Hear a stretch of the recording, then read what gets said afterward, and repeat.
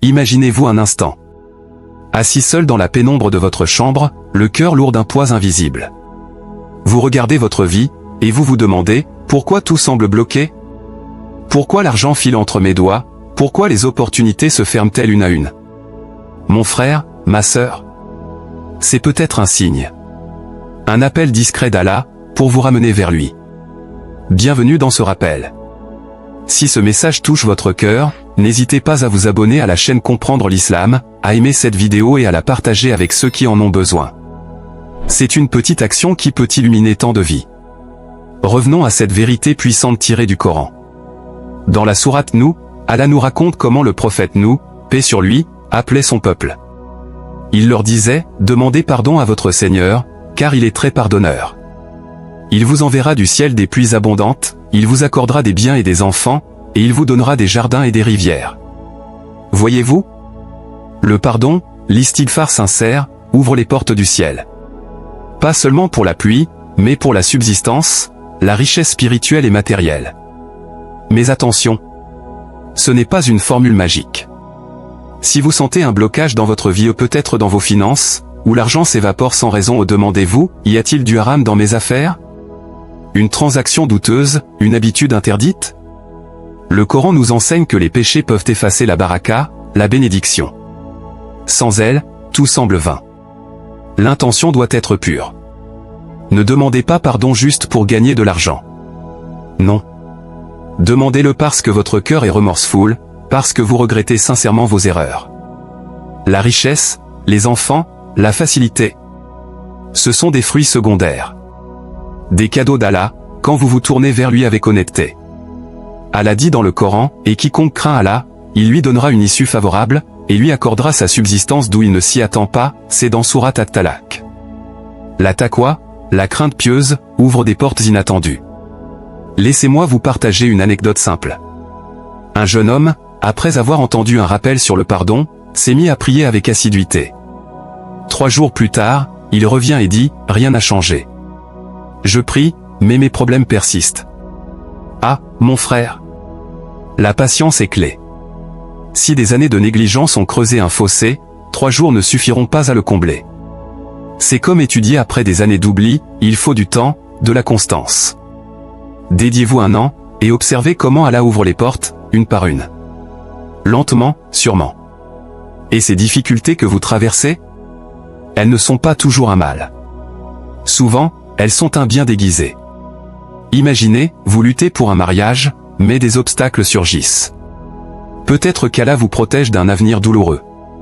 J'ai vu des gens forcer une union, pour finir en divorce, regrettant amèrement. C'est pourquoi l'istikhara existe, cette prière pour demander la guidance d'Allah. Dans la doua d'istikhara, rapportée authentiquement, nous disons, ô Allah, si tu sais que cette affaire est bonne pour ma religion, ma vie, mon avenir, alors facilite-la moi et bénis-la. Mais si elle est mauvaise, éloigne-la de moi et éloigne-moi d'elle. Pas besoin de rêve pour la réponse. Observez, si les portes s'ouvrent facilement, c'est un signe. Si des barrières apparaissent, c'est la protection d'Allah. Le prophète, paix et salut sur lui, nous enseigne que les affaires du vrai croyant sont étonnantes. Dans un hadith authentique, il dit, étonnante est la situation du croyant, tout ce qui lui arrive est un bien pour lui. S'il lui arrive un bonheur, il remercie Allah, et c'est un bien pour lui. S'il lui arrive un malheur, il patiente, et c'est un bien pour lui. La gratitude dans le bien, la patience dans l'épreuve, cela élève l'âme. Mais n'oubliez pas votre responsabilité.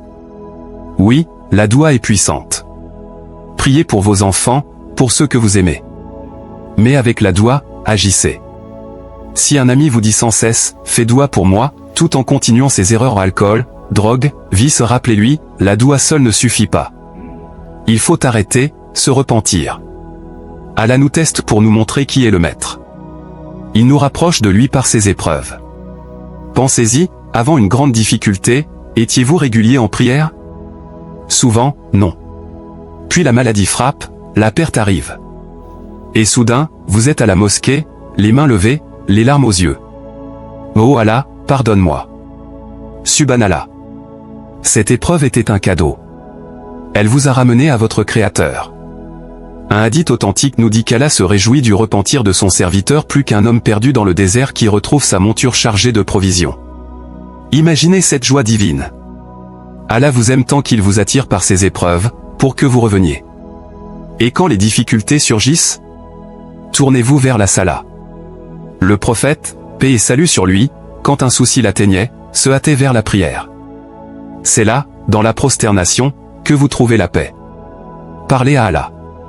Renforcez ce lien. Laissez les péchés qui bloquent votre risque où ils sont comme des chaînes.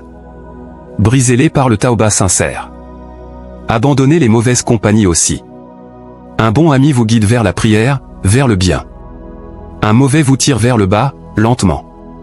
Choisissez avec sagesse. Allah dit dans le Coran, ô vous qui avez cru. Craignez Allah et soyez avec les véridiques. C'est dans Surat At-Tawbah. Mon frère, ma sœur, communiquez avec Allah constamment. Il vous aime quand vous l'invoquez. Il se souvient de vous quand vous le rappelez. Faites de l'istighfar une habitude quotidienne. Priez vos 5 salahs avec cœur. Travaillez dur, et laissez Allah ouvrir les portes. Votre subsistance augmentera, Inch'Allah. Mais surtout, votre cœur trouvera la paix. En conclusion, souvenez-vous, Allah est miséricordieux. Il pardonne infiniment. Revenez à lui, et il vous élèvera. Ces épreuves, elles forgent votre foi, vous rapprochent de lui. Ayez espoir, les portes s'ouvriront. Motivez-vous à changer, dès aujourd'hui. La paix est en lui. Si ce rappel vous a touché, abonnez-vous à Comprendre l'Islam, aimez cette vidéo et partagez-la autour de vous. Que Allah nous guide tous vers le droit chemin.